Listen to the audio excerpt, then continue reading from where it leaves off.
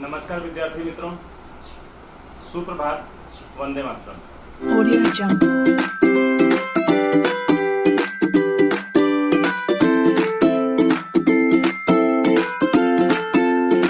विद्यार्थी मित्रों, आज मैं आप लोगों को स्टैंडर्ड 10 का एक्सरसाइज नंबर 3.5 मैथ का आपको बताने वाला हूं। तो विद्यार्थी मित्रों, आप लोग जान रहे हो, जैसे कुछ क्वेश्चन होते हैं जो समझ में नहीं आते, तो उसको मैं फार्मूले के साथ अगर बताया जाए, अगर कोई फार्मूले के साथ में बताए तो ज़्यादा समझ में आने की संभावना है। तो मैं इस सवाल को, आप लोग देख रहे होंगे, निम्न रैखिक समीकरण के सवाल है, वो अद्वितीय हल, अनेक हल या एक हल के रूप में सबसे पहले बताना है। अगर वो अद्वितीय हल है तब उसे ब्रज गुणनखंड के रूप में ज्ञात करना है। ब्रज गुणनखंड की विद क्रॉस मल्टीप्लाई मेथड, इसके नियम के आधार पर हमको सॉल्व करना है। तो विद्यार्थी मित्रों, और समय न लेते हुए हम अपने मेन टॉपिक पे आते हैं। Question number 1, exercise number 3.5 math का सवाल। तो एनसीईआरटी बुक आप लोग देख रहे हो, ये आप सवाल देख रहे होगे, मैं पढ़ रहा हूं सवाल को। निम्न रैखिक समीकरणों में से किसका एक अद्वितीय हल है, किसका कोई हल नहीं है, या किसका अद्वितीय रूप से अनेक हल है। तो बच्चों, सबसे पहले इसमें क्या जानना पड़ता है आपको कि अद्वितीय हल क्या होगा, कोई भी हल नहीं है, या इसका एक हल है। तो इसके पहले वाले वीडियो में मैं आप लोगों को बता चुका हूं कि इस फार्मूले के आधार पर आप निकालेंगे। जैसे मान लेते हैं दो समीकरण होते हैं, एक होता है a1 b1, जैसे ax plus by plus c बराबर 0। अगर एक समीकरण है तब तो आप हल कर लोगे, लेकिन दो समीकरण हो इसी टाइप का तो एक को a1 मानना पड़ेगा, एक को b1 मानना पड़ेगा, फिर c1, फिर a2 b2 c2 मानना है। जैसे यहाँ पे देख रहे होंगे दो समीकरण दिया गया है, तो किसको a1 माने, किसको a मानेगा और किसको b माने। तो इस प्रकार से बच्चों, इसको एक को a1 मानना पड़ता है, x का वैल्यू होता है, क्योंकि द्विचर रेखीय समीकरण है। द्विचर रेखीय समीकरण क्या होते हैं, जिसमें x और y दोनों होते हैं। यहाँ पे देखिए x और y दोनों है। जब द्विचर रेखीय समीकरण होते हैं, द्विचर रेखीय समीकरण का व्यापक रूप होता है, ये आपका होता है द्विचर रेखीय समीकरण का ये व्यापक रूप है। ओके, तो इस तरह से आप सवाल को अगर करना है, मान लेते हैं इस टाइप का सवाल, तो मैं फार्मूला बता देता हूं सबसे पहले आप कि एक हल कैसे होंगे, अनेक हल कैसे होंगे और अद्वितीय हल कैसे होंगे, और कोई हल नहीं होगा, ये कैसे हम जान सकते हैं। तो देखिए बच्चों, सबसे पहले क्या करेंगे, a1 बटा a2 अगर ऐसा आता हो, नॉट इक्वल टू b1 बटा b2, ऐसा आया इस फार्मूले, मतलब a1 बटे a2 और b1 बटे b2 का मान बराबर नहीं है, तो इसको क्या बोलेंगे, अद्वितीय हल। अद्वितीय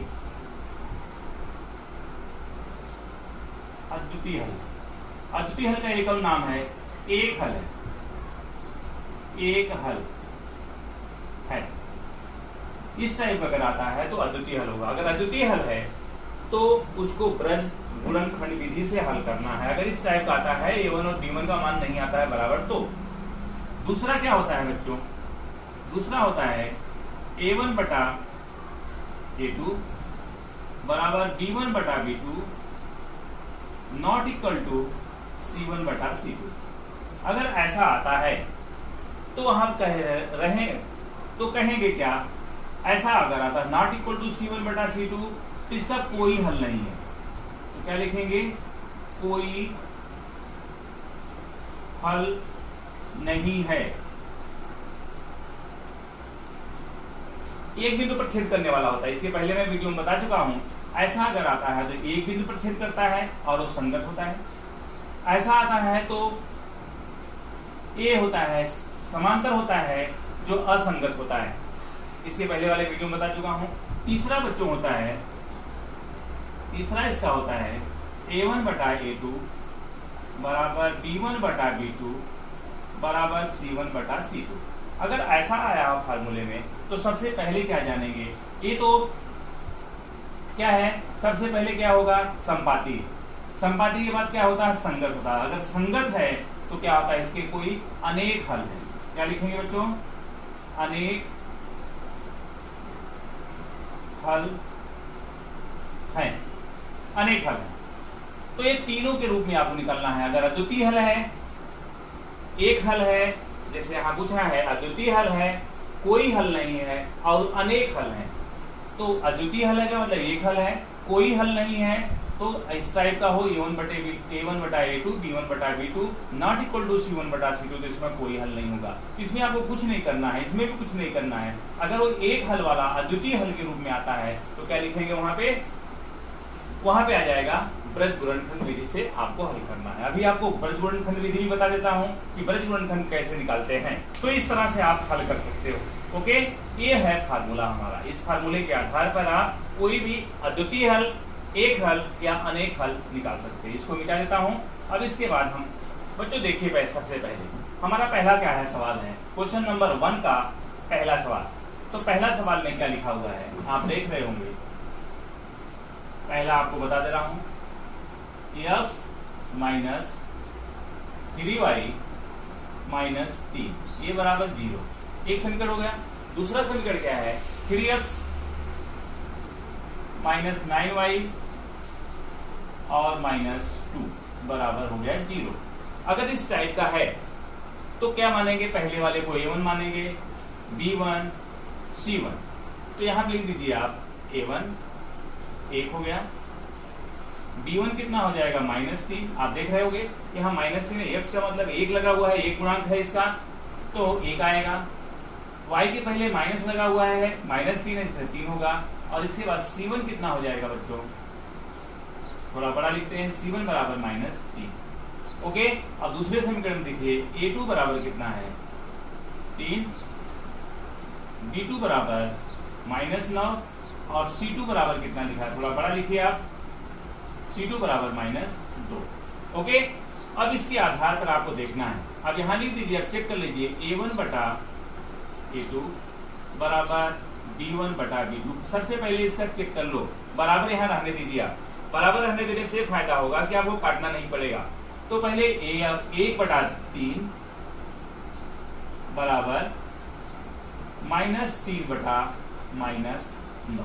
ओके, -3 बटा -9 हो गया। 3 त्रिक का कितना हो जाएगा बच्चों, ये माइनस माइनस सबसे पहले प्लस कर दीजिए, 3 त्रिक का 9। इसका मतलब ये बराबर है। अगर बराबर है तो आगे और बढ़ना पड़ेगा, क्योंकि ये दोनों बराबर हो गए। 1 बटा 3 ये भी हो गया और 1 बटा 3 हो गया। अब इसके बाद आगे चलते हैं, एक बार और देख लीजिए बराबर आता है कि नहीं बराबर आता है। अब -3 अपन -2 ये भी प्लस हो गया। अब इसको कितना लिख सकते हैं, 1 बटा 3 बराबर 1 बटा 3 not equal to minus plus हो गया 3/2। नॉट इक्वल जब होता है, यहां भी आप नॉट इक्वल लगा दीजिए, नॉट इक्वल टू C1/C2 यहां लिख देंगे आप। तो देखो A1/A2 इक्वल B1 बटे B2 not equal to C1 बटा C2। तो क्या होता है, ये क्या होता है, इसका कोई हल नहीं होगा। कोई हल नहीं होने का मतलब क्या हो जाएगा, इसका समांतर, ये समांतर है। अगर समांतर है तो इसका कोई हल नहीं होता। तो केवल लिख देना है आपका, इसमें से बताना है कोई हल नहीं है। इस टाइप का अगर है, इस फार्मूले में आता है जिसका कोई हल नहीं है। आगे वाले फार्मूले में मैं बता चुका था, आप लोग देख लीजिए, कोई हल नहीं है, कोई हल नहीं। ओके, इसका कोई हल नहीं है। ऐसा लिख दिए, समीकरण का कोई हल नहीं है। एक सवाल आपका हो गया। इसके बाद आपको दूसरा फिर बताना इसी फार्मूले के आधार पर। ऐसे ही अगर A1/A2 not equal to B1 बटा B2 होता तो आपका निकलता एक अद्वितीय हल होता।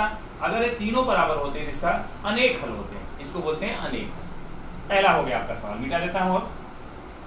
इसके बाद बच्चों दूसरा क्या है, दूसरा आप लोग देख रहे होंगे। दूसरा है सवाल आपका 2x प्लस y बराबर क्या है 5। दूसरा है 3x प्लस 2y बराबर 8। सबसे पहले इसको क्या करेंगे, जीरो के रूप में लाएंगे, द्विघात समीकरण के रूप में लाएंगे। तो क्या हो जाएगा, द्विचर रेखीय समीकरण के रूप में लाएंगे। 2x प्लस वाई माइनस 5 बराबर 0। सबसे पहले जीरो करते हैं इसको, यहाँ प्लस में था, अंदर जब आएगा तो प्लस का माइनस हो जाता है। अगला क्या हो जाएगा, 3x प्लस 2i और माइनस 8 बराबर 0। ओके, ये हो गया समीकरण 1, हो गया समीकरण 2। अब इसमें a1 b1 c1 चेक कर लीजिए। a1 बराबर कितना आएगा बच्चों, 2। b1 बराबर कितना आ जाएगा, 1। c1 बराबर कितना आ जाएगा, माइनस 5। अब इसमें इस समीकरण में दूसरे समीकरण में लीजिए, a1 बराबर कितना आ जाएगा, 3। a2 आ जाए, a2 बराबर आ जाएगा 3। b2 बराबर कितना आ जाएगा, 2। और उसी तरह से c2 बराबर आ जाएगा माइनस 8। अब चेक करिए पहले क्या हो सकता है, इसमें अद्वितीय हल होता है कि कोई हल नहीं होता है कि अनेक हल होते हैं। तो सबसे पहले क्या करेंगे, इसको a1 अपॉन a2 बराबर b1 बटा b2। यहाँ तक समझ में आएगा होगा। यहाँ तक जब समझ आए, यहाँ लिख दीजिए 2 बटा 3। आगे वाला बाद में करेंगे क्योंकि हमको पता चल जाएगा 2 बटा 3 बराबर 1 बटा 2। देखो बराबर नहीं है, पहले हमको पता चल गया है नॉट इक्वल। अगर नॉट इक्वल होता है तो क्या बोलते हैं, उसका अद्वितीय हल होता है। अद्वितीय का मतलब इसका एक अद्वितीय हल है। अगर अद्वितीय हल है तो क्या करेंगे, इसको यहां लिखेंगे समीकरण का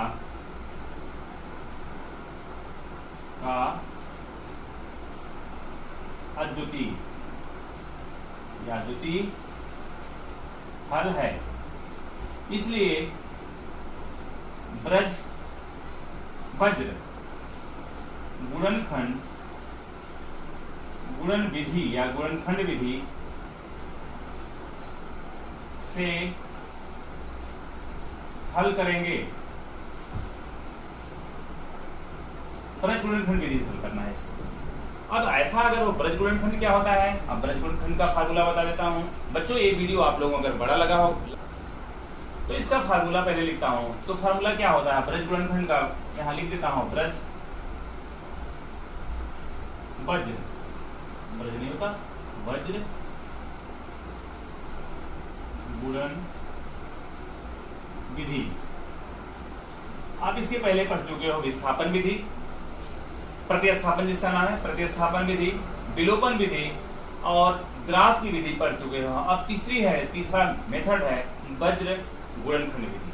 तो वज्र गुणनखंड विधि क्या होता है बच्चों, यहाँ आप ले लेते हैं x अपान, फार्मूला देता हूं b1 b2 c1 c2 बराबर y में आ जाओ आप, यहीं से खत्म होता है c1 c2 a1 a2 बराबर होता है 1 अपान a1 a2 b1 b2। ये होता है आपका फार्मूला।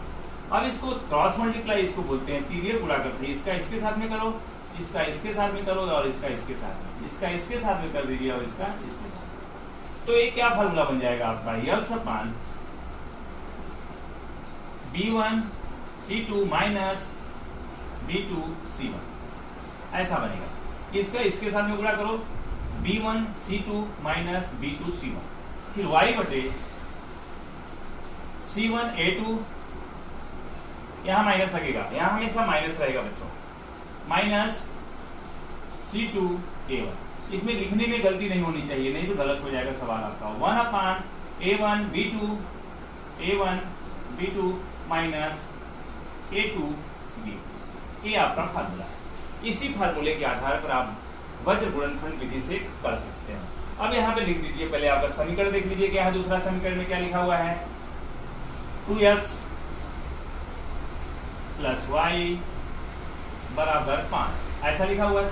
दूसरा समीकरण क्या है, 3x प्लस 2i बराबर 8। सबसे पहले द्विचर रेखीय समीकरण वाला दो चर को एक साथ में रखिए और इसको भी जीरो करिए। तो 2x प्लस वाई माइनस 5 बराबर 0। ओके, 3x प्लस 2i और माइनस 8 बराबर 0। सबसे पहले हमने क्या किया, इसको माइनस से प्लस था, इसको माइनस में कर दिया, बराबर 0 कर देना सबसे पहले। फिर क्या करेंगे इसमें, अब a1 b1 c1 आप देख लीजिए क्या है। पहला a1 होता है, a2 होता है, पहला A1, D1, यहाँ B2, यहाँ क्या हो जाएगा A2, B2 और C2। यहाँ लिख दीजिए आप A1 बराबर 2, B1 बराबर 1 और C1 बराबर -8, जैसे इसके पहले हमने लिखा था। यहाँ देखो x के साथ में गुणांक किसका 2 का है, तो पहला समीकरण है इसलिए A1 होगा, 2 हो गया। y का समीकरण क्या है, y के पहले क्या लिखा है 1 है, तो इसलिए 1 हो गया प्लस में। c की जगह पे क्या है -5 है, यहाँ -5 लिख दीजिए नहीं गलत हो जाएगा, -5 इसमें बहुत ध्यान से लिखना चाहिए। तो देखो -5 हो गया, नहीं गलत हो जाने की संभावना हो सकती है। उसी तरह से A2 बराबर लिख दीजिए आप 3 और B2 बराबर कितना हो जाएगा 2 और C2 बराबर कितना हो जाएगा -8। ओके, एक बार आप लोगों को और चेक कर लेना चाहिए कि हमारा सही है गलत है। देखो x के पहले क्या लगा हुआ 2 लगा हुआ है, A1 हो गया। y के पहले क्या लगा हुआ है प्लस है, इसलिए 1 हो गया। और C1 के पहले क्या लगा माइनस लगा, इसलिए -5 हो गया। यहाँ देख लीजिए A2 जगह पे 3 और B2 जगह पे 2 और C2 जगह पे -8। ओके, इस तरह से आप कर सकते हैं। अब इसके फार्मूले में आपको रखना है, इसी फार्मूले में रखना। हम रख रहे हैं डायरेक्ट फार्मूले में, आप देख लीजिए dx अपॉन B1 की जगह कितना है बच्चों, B1 की जगह में देखो 1 है, 1 गुणा लगाइए -8, ऐसे -8 कर दीजिए, माइनस लगाइए यहाँ पे। इसके बाद क्या है B2 कितना है देखिए 2 गुणे लिखिए और -5, ये x का हो गया। यहाँ गलती नहीं होनी चाहिए क्योंकि B1 1 इंटू लगा हुआ, इसका मतलब सबके साथ में गुणा लगा हुआ इंटू -8 माइनस लगाया हमने फार्मूले में। एक बार और भी लिख सकते हो चाहो तो। B2 कितना है बच्चों 2 है, -5 और इसके बाद y सेम लिख दीजिए। अब क्या आ जाएगा यहाँ पे y का वैल्यू क्या C1 A2, तो C1 कितना हो गया -5, C1 के बाद A2 कितना है बच्चों 3 है, देख लीजिए आप 3 माइनस, फिर क्या है C2 कितना है, C2 यहाँ लिखिए -8 और गुणे कितना हो जाएगा C1 के बाद A1 कितना है 2, ये हो गया। अब 1/, फिर से कर लीजिए, यहीं पर आ जाता तो ठीक है, थोड़ा आगे तक कर लेंगे, नहीं तो नीचे भी कर सकते हैं। अब देखिए 1/, हमने A1 की जगह कितना है 2 गुणे B2 कितना है 2, A1 B2 minus A2 B1 कितना है 3 और गुणे 1। ओके, यहां तक समझ में आ गया होगा। अब इसके बाद बच्चों क्या कर सकते हो y, इसका इसमें गुणा कर दो, 8 एकम 8 -8, माइनस का माइनस का प्लस के साथ में गुणा कर माइनस में आता है, ये माइनस पहले से दिया है और माइनस माइनस क्या हो जाएगा यहाँ पे प्लस हो जाएगा। 2 बच्चे कितना हो जाएगा बच्चों 10, देखो माइनस माइनस प्लस 2 बच्चे 10 बराबर y बटे 5 3 15 -15 और माइनस माइनस क्या हो जाएगा प्लस 8 दूनी 16 बराबर। इसके बाद इसका यहाँ पे आ जाइए, देखो 8 दूनी 16 हो गया, माइनस माइनस क्या हो जाएगा प्लस हो जाएगा। माइनस प्लस का बहुत अच्छे से ध्यान रखेंगे। 1/2 दूना 4 माइनस 3 एकम 3, इतना हो गया क्लियर। अब इसके बाद क्या करेंगे, थोड़ा से मैं ऊपर का मिटा दूं तो चलेगा, ऊपर का मिटा देता हूं क्योंकि यहाँ पे आपका आ नहीं रहा है, यहाँ का मिटा करके मैं इसको फिर से लिखता हूँ इधर का। आप पूरा वीडियो देखिएगा, अगर आप लोगों को अच्छा लगेगा तो हमारे चैनल को लाइक कीजिएगा, सब्सक्राइब कीजिएगा और शेयर कीजिएगा, जिससे आने वाला वीडियो आपको और अच्छी प्रकार से बताया जा सके और जल्दी मिल सके।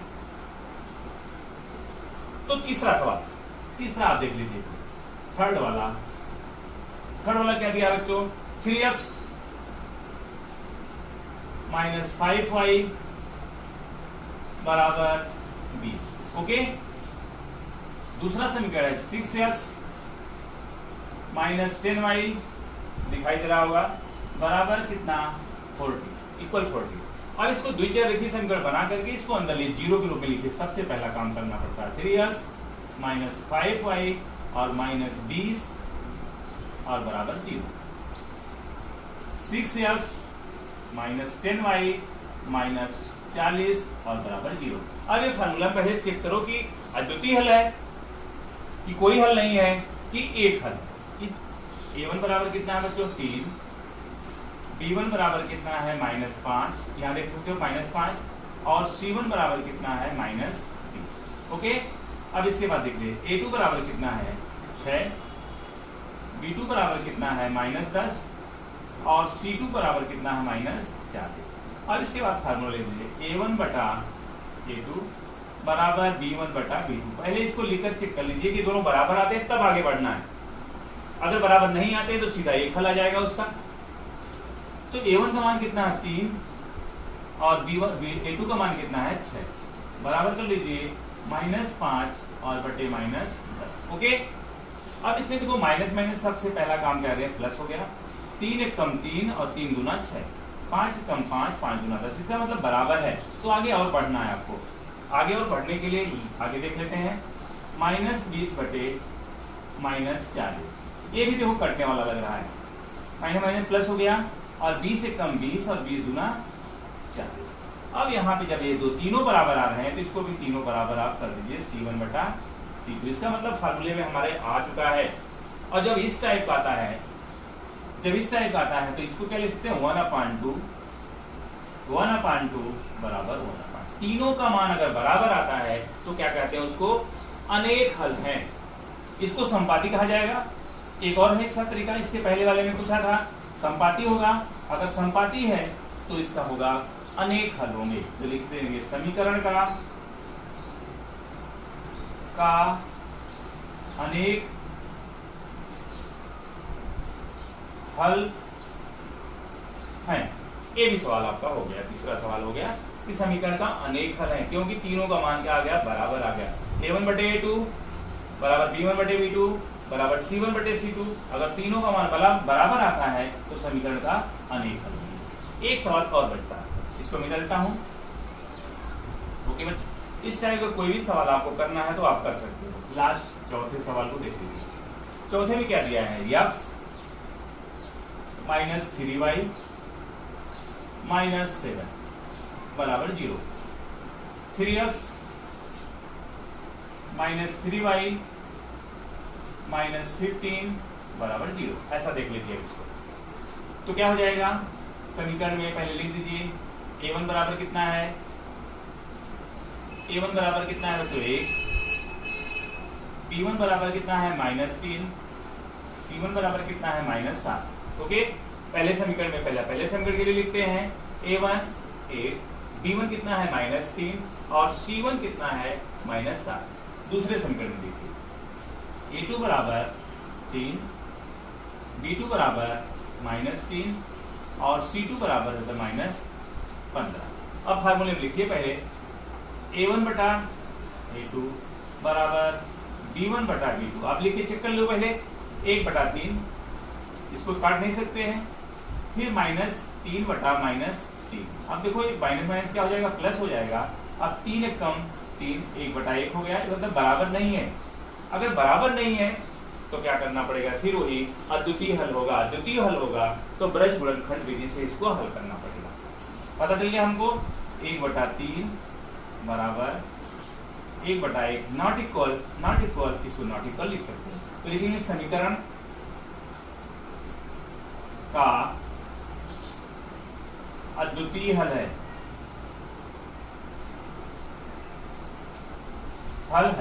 ओके। समीकरण का अगर अद्वितीय हल है तो क्या करना पड़ेगा हमको, अद्वितीय हल की स्थिति में ब्रज गुणनखंड से हल करना है। तो अद्वितीय हल हो गया। इसके बाद आपको करना है फिर फार्मूले लगाना है। देखिए मैं बिता देता हूं इसको, अब आप लोग देख रहे होंगे। तो बच्चों क्या करेंगे, इसमें समीकरण लिख दीजिए आप पहले, x -3y -7 बराबर 0। अभी मैंने लिखा था उतना मैं मिटाना चाहिए था। 3x -3y और -15 बराबर 0, वहां तक आपको रखना चाहिए था। तो A1 बराबर हम लिख सकते थे A1 बराबर 1, B1 बराबर -3 और C1 बराबर -7। इसको मिटाने की जरूरत नहीं थी, मैंने गलती से मिटा दिया, सॉरी।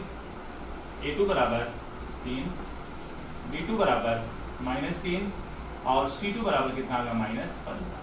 अब देखो दोनों बराबर नहीं है, तो बराबर नहीं की स्थिति में क्या करना, अद्वितीय हल हमको ज्ञात करना है। फार्मूला वही लिख दीजिए, x अपान b1 b2 c1 c2 बराबर y बटे c1 c2 a1 a2। ये फार्मूला आप लोग याद कर लेना, 1 अपान a1 a2 b1 b2, ये फार्मूला हो गया। अब क्रॉस मल्टीप्लाई फिर से करना है, इसका इसके साथ में करो, इसका इसके साथ में, इसका इसके साथ में करना है, इसका इसके साथ में, इसका इसके साथ में करना है, इसका इसके साथ, ये फार्मूला। अब इस फार्मूले के आधार पे क्या करना पड़ता है आपको, ऐसा b1 c2 minus b2 c1 बराबर y बटे, इसका इसके साथ में गुणा करो, इसका इसके साथ में करा, c1 a2 minus c2 a1 बराबर 1 अपान a1 b2 minus a2 b1 हो गया। अब इसके बाद इसमें मान रख दीजिए आप, x बटे क्या है, b1 का मान कितना दिया है, अब b1 आप देख लीजिए, b1 कितना दिया है, b1 माइनस 3 गुणे c2 कितना है, c2 आप c2 देखिए, c2 कितना माइनस 15, माइनस ये लगा दीजिए। फिर इसके बाद b2 कितना है, b2 आप देख लीजिए, b2 माइनस 3 है, फिर माइनस 3 ब्रैकेट में लिखिए गुणे c1 कितना है, आप c1 देख लीजिए माइनस 7, y बटे आ जाइए आप, y का मान कितना है, c1 कितना है माइनस 7, अभी अभी लिखे गुणे c1, a2 कितना है, a2 आप देख लीजिए 3 माइनस, फिर क्या है c2 कितना है, c2 कितना है माइनस 15 गुणे a1 कितना है, a1 8, आप इधर ही लिख दीजिए, मैं इधर लिख देता हूं, बराबर 1 अपान, आप इधर लिखेंगे, मैं उसके नीचे लिख दे रहा हूं, a1 का मान कितना है बच्चों है 1 गुणे b2 का मान कितना दिया है, b2 का मान है माइनस 3 माइनस यहां लगा दीजिए। फिर इसके बाद a2 का मान कितना दिया है, a2 मान 3 गुणे b1 का मान कितना दिया है माइनस 3। ओके, अब आपका हो गया। अब इसके बाद आप लिख दीजिए x बटे 15 या 45, माइनस माइनस क्या हो जाएगा, प्लस हो जाएगा, माइनस माइनस से गुणा क्या होता है, प्लस होता है, 15 या 45 माइनस माइनस माइनस क्या हो गया, प्लस हो गया, कितना हो जाएगा 7 21, y बटे लिख दीजिए आप यहाँ पे 7 21, माइनस में माइनस यहाँ लगा दीजिए, इसका 15 एकम 15, माइनस माइनस क्या हो जाएगा, प्लस, ऐसा देखिए 15 एकम 15 और माइनस माइनस प्लस, एक ही में माइनस था, 1 अपान इसका आ जाइए 3 एकम 3 माइनस 3 और माइनस माइनस क्या हो जाएगा, प्लस, और 3 एकम कितना हो जाएगा बच्चों, 3 त्रिका 9। ओके, देख लीजिए 3 एकम 3, यहाँ प्लस माइनस गलती नहीं होनी चाहिए, माइनस माइनस क्या हो गया, प्लस हो गया, और 3 त्रिका हो गया 9। अब इसके बाद हम ऊपर वाला मिटा देते हैं, ऊपर वाले की मिटाने की जरूरत है, इसको आपको अच्छे से देखना है, देख लीजिए एक बार और अच्छे से देख लीजिए। फिर 15 दिया 45 माइनस माइनस प्लस, माइनस 7 21, और ये माइनस पहले से था और माइनस माइनस प्लस हो गया, और ये माइनस लगा दिया, यहाँ देखिए 7 21 लिख दिया, प्लस माइनस माइनस प्लस, और 15 एकम 15 बराबर 3 एकम 3 माइनस में, और माइनस माइनस क्या प्लस, 3 त्रिका 9। अब इतने में तो बच्चों आप क्या कर सकते हैं, आप घटा दो इसको, x बटे 45 में से 21 घटा दो, 5 में से 1 निकलेगा 4, और 4 में से 2 निकलेगा 2, 24 हो गया। 5 में से 1 निकलेगा 4, और 4 में से 2 निकलेगा, बराबर y बटे कितना हो जाएगा, इसको घटा दीजिए, यहाँ माइनस में आ जाएगा, माइनस 11 हो जाएगा, 11 में से 5 निकलेगा 6, माइनस 6, 15 5 20 21, माइनस 6 हो गया।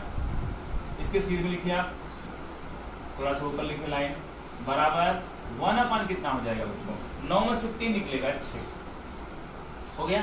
अब इसका इसके साथ भी करेंगे और इसका इसके साथ, जैसे पहले किए थे, x बटे 24 बराबर 1 अपान 6। इसको एक बार इसके साथ में कर लीजिए और इसका एक बार इसके साथ में। तो क्या हो जाएगा बच्चों, 6 चौक 24, ऐसे भी काट सकते हो 6 चौक 24, 6 कम 6 और 6 चौक 24, नीचे नीचे अगर बराबर हो तो काट सकते हैं, या आपको ऐसे करना 6x बराबर 24, फिर ऐसे आ जाता और 6 ये भी कर सकते हो। तो x में 6 का 1 का गुणा करेंगे तो x आ गया, x बराबर कितना आ गया बच्चों 4, देख रहे हो, x में 1 का गुणा करेंगे x और 4 में 1 का गुणा करेंगे 4, x का वैल्यू आ गया 4। ऐसे कर सकते हो, ऐसे लाइन खींच दीजिए आप, y अपान -6 बराबर 1/6। अब y बटे 6x, 6 कम 6 कर सकते हैं, 1 आ गया यहाँ पे, ऐसा भी कर सकते हैं। तो y बराबर -1, ये y का वैल्यू आपका, तो x का वैल्यू कितना आ गया 4 और y का वैल्यू कितना आ गया -1। ये रहा है आपका ब्रज गुणनखंड विधि से किसी सवाल को आप हल कर सकते हो। ओके बच्चों, ये रहा आपका सवाल, ये आप सवाल को हल कर सकते हो आसानी से। अद्वितीय हल है, कोई हल नहीं है, या अपरिमित रूप से अनेकों विद्यार्थी मित्रों, एक बार मैं फिर आपको बोलता हूं कि अगर आप हमारे चैनल में नए होंगे तो हमारे चैनल को लाइक कीजिएगा, सब्सक्राइब कीजिएगा, शेयर कीजिएगा, जिससे आने वाला वीडियो आपको अच्छी प्रकार से सबसे पहले प्राप्त हो सके, जिससे पूरी जानकारी आपको प्राप्त हो सके। तो यहीं पर आज की टॉपिक हम समाप्त करते हैं। अगली टॉपिक में फिर कुछ नया लेकर के आप लोगों के लिए आएंगे। तब तक के लिए जय हिंद, जय भारत।